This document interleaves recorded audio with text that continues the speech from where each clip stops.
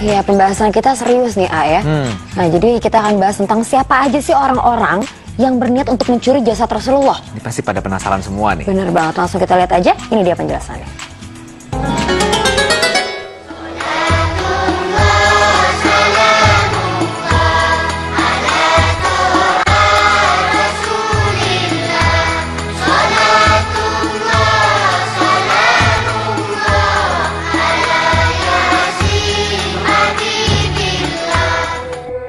Pemirsa, siapa yang tidak mengenal Rasulullah Sallallahu Alaihi Wasallam?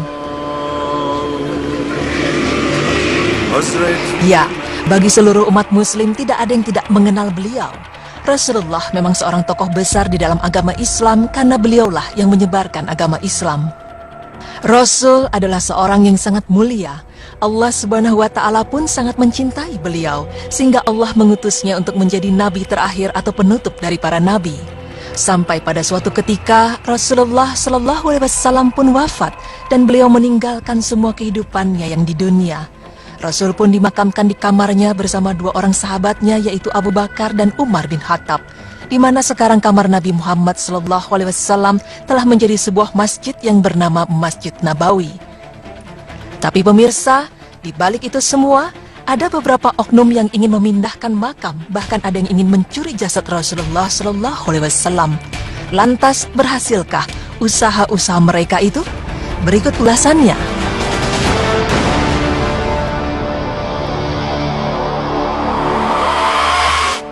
Pemirsa, sekarang ini ramai beredar kabar mengenai adanya usaha pemindahan makam Rasulullah Sallallahu Alaihi Wasallam dari Masjid Nabawi. Ada bermacam-macam alasan untuk usaha ini. Ada isu yang mengatakan bahwa makam Rasul dipindahkan karena akan dilakukan pelebaran di kota Mekah. Pemerintah di Saudi Arabia melakukan proyek pelebaran karena adanya jemaah haji di mana setiap tahun semakin meningkat. Dan proyek ini diadakan supaya dapat menampung jemaah haji yang datang dari berbagai negara.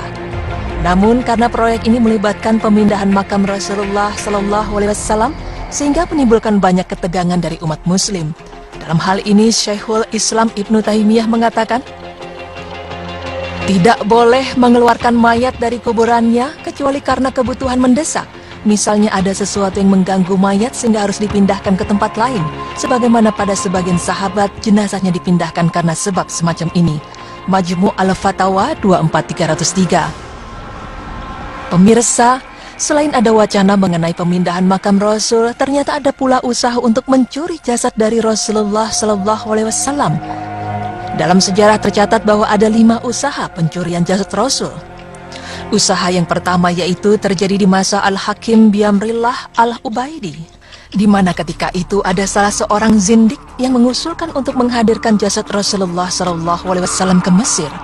Usulan tersebut bertujuan untuk menarik perhatian manusia ke Mesir sebagai pengganti Madinah, dan mereka berniat ketika perhatian manusia sudah tidak lagi tertuju pada Mekah, maka mereka akan langsung memerangi penduduknya. Kemudian pada hari berikutnya, Allah Ta'ala menggagalkan usaha tersebut dengan cara mengirimkan angin ke Madinah.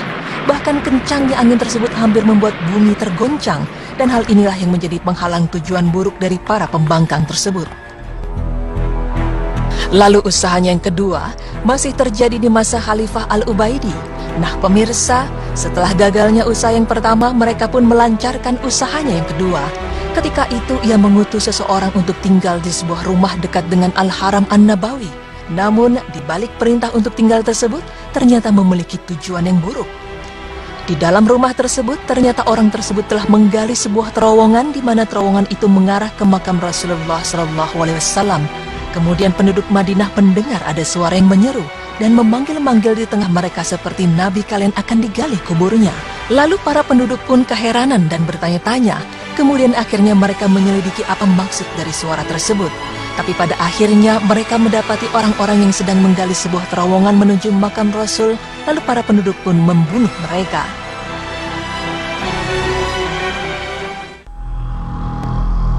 Pemirsa, usaha yang ketiga pencurian jasad Rasulullah Sallallahu Alaihi Wasallam yaitu ketika adanya 2 orang yang menyamar sebagai jamaah haji dari Maroko.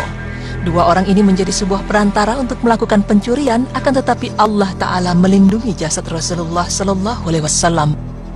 Allah Subhanahu wa Ta'ala menggagalkan usaha ini dengan cara Panglima Nuruddin Zanki diberikan mimpi bertemu Nabi Muhammad SAW.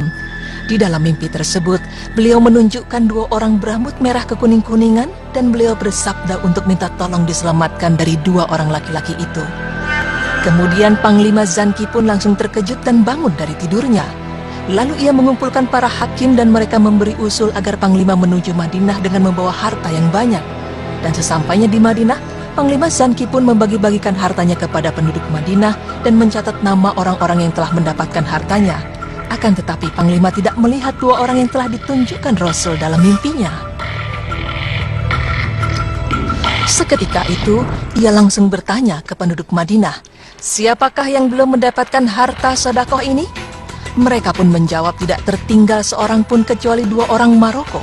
Keduanya adalah orang saleh, kaya dan banyak sedekah. Dada Panglima pun menjadi lega dan langsung memerintahkan untuk memanggil keduanya. Lalu dia melihat 2 orang laki-laki itu persis seperti apa yang dilihat dalam mimpinya. Usaha yang keempat yaitu ada sekelompok perampok yang jahat di mana mereka berniat untuk mencuri dan merampok jamaah haji. Selain itu mereka juga bertekad untuk menggali makam Nabi Muhammad SAW. Mereka berbicara dengan terang-terangan apa niat mereka. Kemudian mereka pun menyeberangi laut menuju Madinah. Tapi Allah Ta'ala menolak serangan mereka dengan kapal yang telah disiapkan dari Mesir, dan kapal itu mengikuti mereka kemudian menangkap mereka semuanya. Lalu mereka menawan perampok-perampok tersebut dan membagi-bagi mereka di negeri kaum muslimin.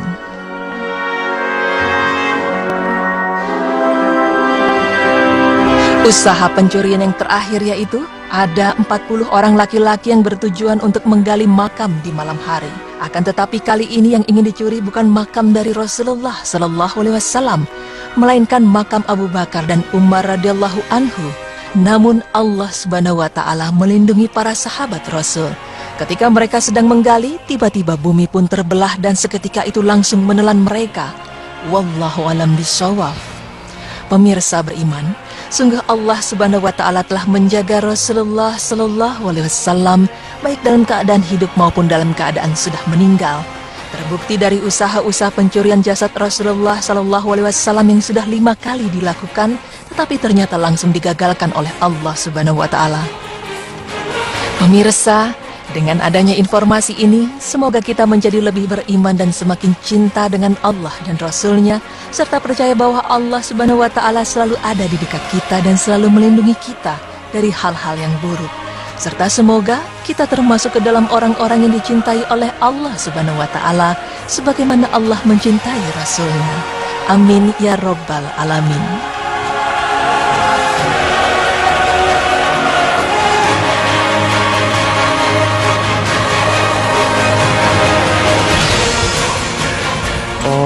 Ternyata tidak hanya ada usaha untuk memindahkan makam Rasulullah ya, tapi juga ada yang berusaha mencuri jasad Rasulullah.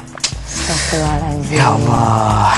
Dan itu sudah 5 kali ada orang yang berusaha untuk mencuri jasad Rasulullah dan ternyata gagal karena Allah masih melindungi jasad Rasulullah SAW. Itu pasti dilindungi oleh Allah ya. Betul. Makanya kita kalau di dekat Nabawi dan sekitar itu rasanya adem, itu berkah kota itu ya. Terjaga banget ya. Terjaga banget. Subhanallah. Oke, setelah ini masih ada informasi yang lainnya. Jadi jangan kemana-mana, tetap di Berita Islami Masa Kini. Allahu Akbar.